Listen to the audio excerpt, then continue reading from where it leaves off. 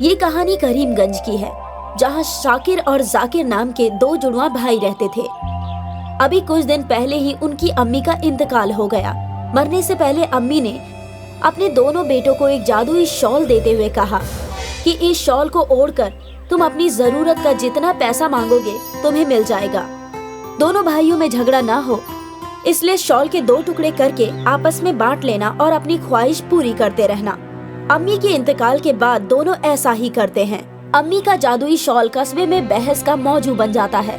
چوپال میں بیٹھے سبھی لوگ اسی جادوئی شال کی کرشمہ کی باتیں کرتے ہیں۔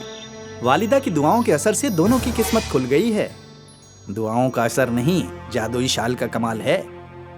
اس شال سے دونوں کے دن پھر گئے۔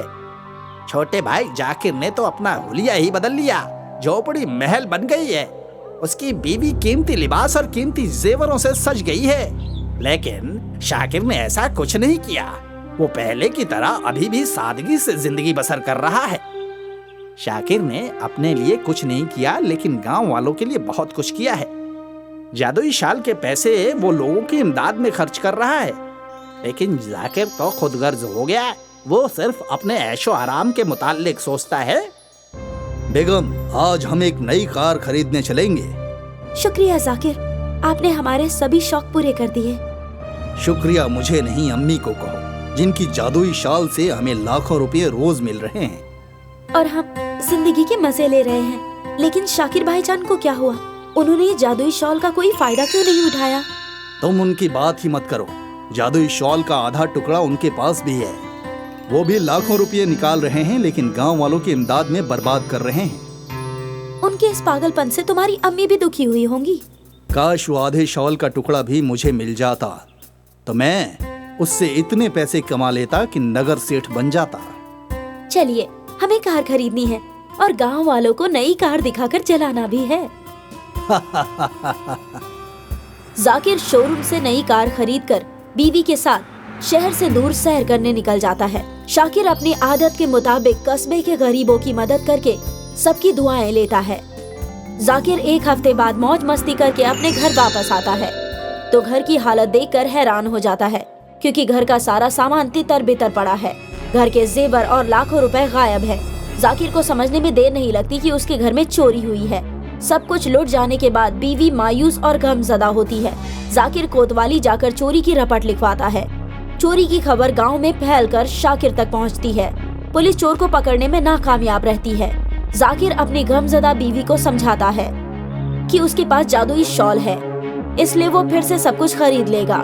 بیوی اسے فوراً جادوئی شال سے پیسے مانگنے کے لیے کہتی ہے۔ ذاکر اندر کمرے میں جا کر اپنی امی کے جادوئی شال سے پیسے مانگتا ہے۔ میری امی کے جادوئی شال، آج مجھے بہت زیادہ روپیوں کی ضرورت ہے۔ چوروں نے میرا سب کچھ لوٹ لیا، اس لیے مجھے اپنے گھر کا سامان پھر سے خریدنا ہے، اس لیے تم میری یہ خواہش پوری کر دو۔ نہیں ذاکر بیٹے، اب تمہیں میرے جادوئی شال سے کچھ نہیں ملے گا۔ کچھ نہیں ملے گا؟ لیکن ایسا کیوں؟ میرے جادوئی شال کی ایک شرط ہے، جو اس سے فائدہ لے کر دوسروں کا بھلا کرے گا، دکھ درد بانٹے گا، اس کے حصے کی دولت بڑھ جائے گی، اور جو خود غرض بن کر صرف اپنے اوپر خرچ کرے گا، اس کی دولت گھٹتی جائے گی۔ تم نے خود غرض بن کر ایسا ہی کیا، اس لیے اب تمہیں جادوئی شال سے کچھ نہیں ملے گا۔ نہیں نہیں، ہٹ! ذاکر جادوئی شال کی باتیں سن کر غم زدہ اور مایوس ہوتا ہے اور اپنے بھائی شاکر کے پاس مدد مانگنے جاتا ہے۔ ذاکر، تمہاری تکلیف کا غم مجھے بھی ہے۔ بھائی جان، ہمارے پاس جو جادوئی شال کا ٹکڑا ہے، اس نے روپیے دینے سے انکار کر دیا ہے۔ اس کا جادو ختم ہو گیا ہے۔ اب آپ ہی ہماری مدد کر سکتے ہیں۔ بتاؤ، تمہارے لیے ہم کیا کریں؟ امی کے جادوئی شال سے ہمیں کچھ روپیے دلا دیجیے، ان روپیوں سے ہم اپنے گھر کا سامان خرید لیں گے۔ ٹھیک ہے۔ میری امی کے جادوئی شال، میرا چھوٹا بھائی بے حد پریشان ہے، اس کی مدد کرنے کے لیے کچھ روپیوں کی ضرورت ہے۔ شاکر بیٹے، تم اس کی مدد کر کے خود کو مصیبت میں مت ڈالو۔ ذاکر نے میرے جادوئی شال کا غلط استعمال کیا ہے، صرف اپنے خود غرضی اور اپنے عیش و آرام کے متعلق سوچا ہے، اور وقت سے پہلے ضرورت سے زیادہ جادوئی شال سے روپے لے چکا ہے۔ اس لیے اب اسے میرے جادوئی شال سے کوئی مدد نہیں ملے گی۔ اگر تم اس کی مدد کرو گے تو اس جادوئی شال کا جادو تمہارے لیے بھی ختم ہو جائے گا۔ माजरत चाहता हूँ, मैं भाई होने के नाते तुम्हारी कोई मदद नहीं कर सकता। कस्बे में जाकिर को किसी से इमदाद नहीं मिलती। आखिर में मजबूर होकर उसे मांगने वालों यानी भिखारियों की कतार में बैठना पड़ता है, जहाँ उसका भाई शाकिर सबको इमदाद दे रहा होता है। ये मेरे गुनाहों की सजा है। मुझे सबक मिल गई है कि इंसान को कभी खुदगर्ज नहीं होना चाहिए। भाई, इस सबक को ताउम्र याद रखना। ये कहानी करीमगंज की है, जहाँ शाकिर और जाकिर नाम के दो जुड़वा भाई रहते थे। अभी कुछ दिन पहले ही उनकी अम्मी का इंतकाल हो गया। मरने से पहले अम्मी ने अपने दोनों बेटों को एक जादुई शॉल देते हुए कहा कि इस शॉल को ओढ़कर तुम अपनी जरूरत का जितना पैसा मांगोगे तुम्हें मिल जाएगा। दोनों भाइयों में झगड़ा ना हो, इसलिए शॉल के 2 टुकड़े करके आपस में बांट लेना और अपनी ख्वाहिश पूरी करते रहना। अम्मी के इंतकाल के बाद दोनों ऐसा ही करते हैं। अम्मी का जादुई शॉल कस्बे में बहस का मौजू बन जाता है। चौपाल में बैठे सभी लोग इसी जादुई शॉल की करिश्मा की बातें करते हैं। वालिदा की दुआओं के असर से दोनों की किस्मत खुल गई है। दुआओं का असर नहीं, जादुई शाल का कमाल है। इस शाल से दोनों के दिन फिर गए। छोटे भाई जाकिर ने तो अपना हुलिया ही बदल लिया। झोपड़ी महल बन गई है। उसकी बीवी कीमती लिबास और कीमती जेवरों से सज गई है। लेकिन शाकिर ने ऐसा कुछ नहीं किया। वो पहले की तरह अभी भी सादगी से जिंदगी बसर कर रहा है। शाकिर ने अपने लिए कुछ नहीं किया, लेकिन गांव वालों के लिए बहुत कुछ किया है। जादुई शाल के पैसे वो लोगों की इमदाद में खर्च कर रहा है। लेकिन जाकिर तो खुदगर्ज हो गया। वो सिर्फ अपने ऐशो आराम के मुताल्लिक सोचता है। बेगम, आज हम एक नई कार खरीदने चलेंगे। शुक्रिया जाकिर, आपने हमारे सभी शौक पूरे कर दिए। शुक्रिया मुझे नहीं, अम्मी को कहो, जिनकी जादुई शाल से हमें लाखों रुपए रोज मिल रहे हैं और हम जिंदगी के मजे ले रहे हैं। लेकिन शाकिर भाईजान को क्या हुआ? उन्होंने ये जादुई शॉल का कोई फायदा क्यों नहीं उठाया? तुम उनकी बात ही मत करो। जादुई शॉल का आधा टुकड़ा उनके पास भी है।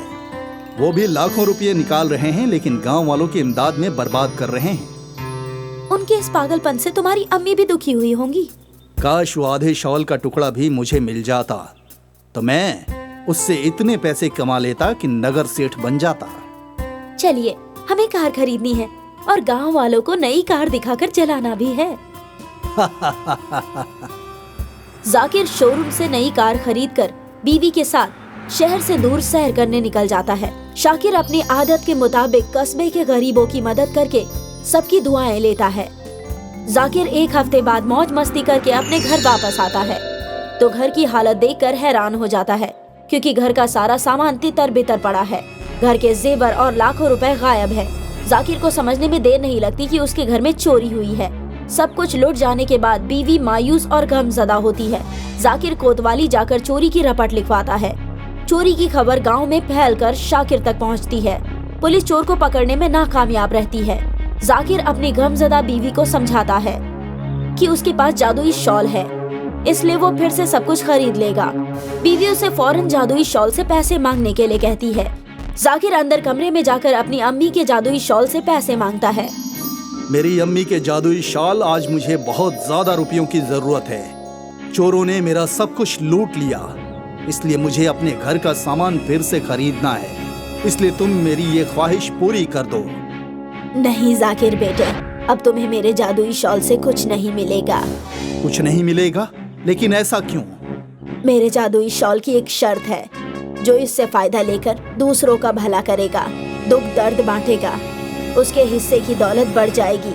और जो खुदगर्ज बनकर सिर्फ अपने ऊपर खर्च करेगा, उसकी दौलत घटती जाएगी। तुमने खुदगर्ज बनकर ऐसा ही किया, इसलिए अब तुम्हें जादुई शॉल से कुछ नहीं मिलेगा।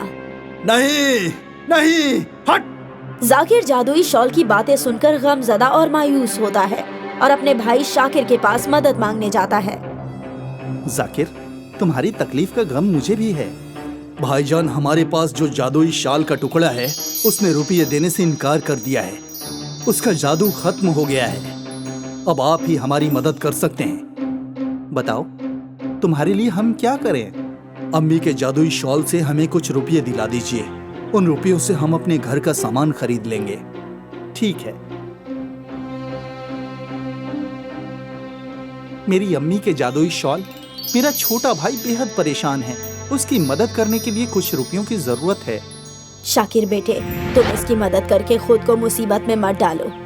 जाकिर ने मेरे जादुई शॉल का गलत इस्तेमाल किया है, सिर्फ अपने खुद गर्जी और अपने ऐशो आराम के मुतालिक सोचा है और वक्त से पहले जरूरत से ज्यादा जादुई शॉल से रुपए ले चुका है। इसलिए अब इसे मेरे जादुई शॉल से कोई मदद नहीं मिलेगी। अगर तुम इसकी मदद करोगे तो इस जादुई शॉल का जादू तुम्हारे लिए भी खत्म हो जाएगा। माजरत चाहता हूँ, मैं भाई होने के नाते तुम्हारी कोई मदद नहीं कर सकता। कस्बे में जाकिर को किसी से इमदाद नहीं मिलती। आखिर में मजबूर होकर उसे मांगने वालों यानी भिखारियों की कतार में बैठना पड़ता है, जहाँ उसका भाई शाकिर सबको इमदाद दे रहा होता है। ये मेरे गुनाहों की सजा है। मुझे सबक मिल गई है कि इंसान को कभी खुदगर्ज नहीं होना चाहिए। भाई, इस सबक को ताउम्र याद रखना।